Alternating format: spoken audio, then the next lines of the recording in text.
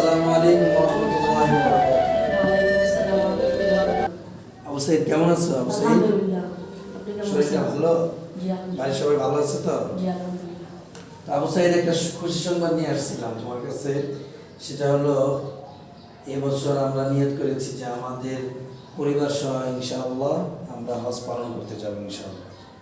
তো সেজন্য তুমি দোয়া করবা যাতে করে আল্লাহ তাআলা আমাদের সফরকে খুব ভালোভাবে কাটায় এবং আমাদের হজকে যেন আল্লাহ তাআলা কবুল করে নেয়, ঠিক আছে? আর সেই সুবাদে আমার পরিবার থেকে তোমাদের জন্য কিছু খাবার রান্না করে পাঠাইছে, এগুলো আশা করে খেয়ে নেবে, ঠিক আছে? يا بخت اللي في ظله ماشي يشفع له في مماته. আবু সাইদ, তো আমার বাসা তো অনেক দূরে, অনেক জার্নি হয়েছে রাস্তাঘাটে, শরীরটাও ক্লান্ত হয়ে গেছে।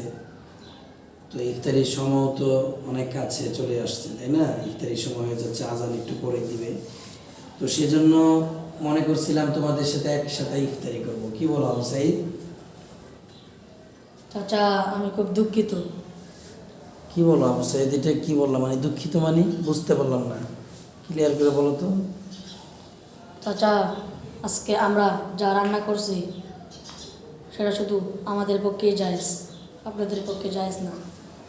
আবু সাইদ কি বলো? তুমিও মুসলমান, আমিও মুসলমান, এমন কি রান্না করছো যেটা তোমার জন্য জায়েজ, আমার জন্য জায়েজ না? বিষয়টা খুলে বলো তো আবু সাইদ। চাচা, আমরা 3 দিন ধরে না খেয়ে আছি, বাধ্য হয়ে মরা গরু রান্না করছি। ইয়া আল্লাহ, কি বলো আবু সাইদ?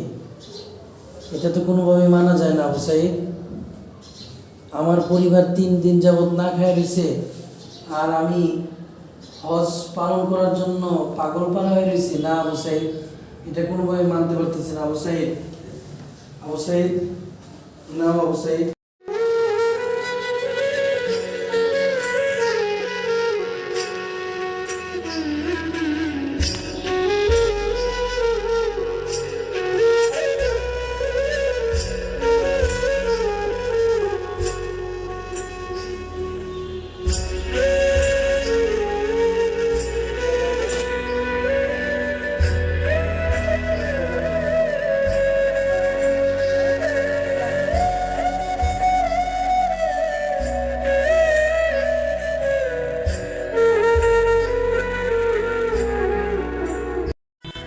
হ্যালো গাইস, আপনারাই বলুন কাজটাকে আমি ঠিক করেছি?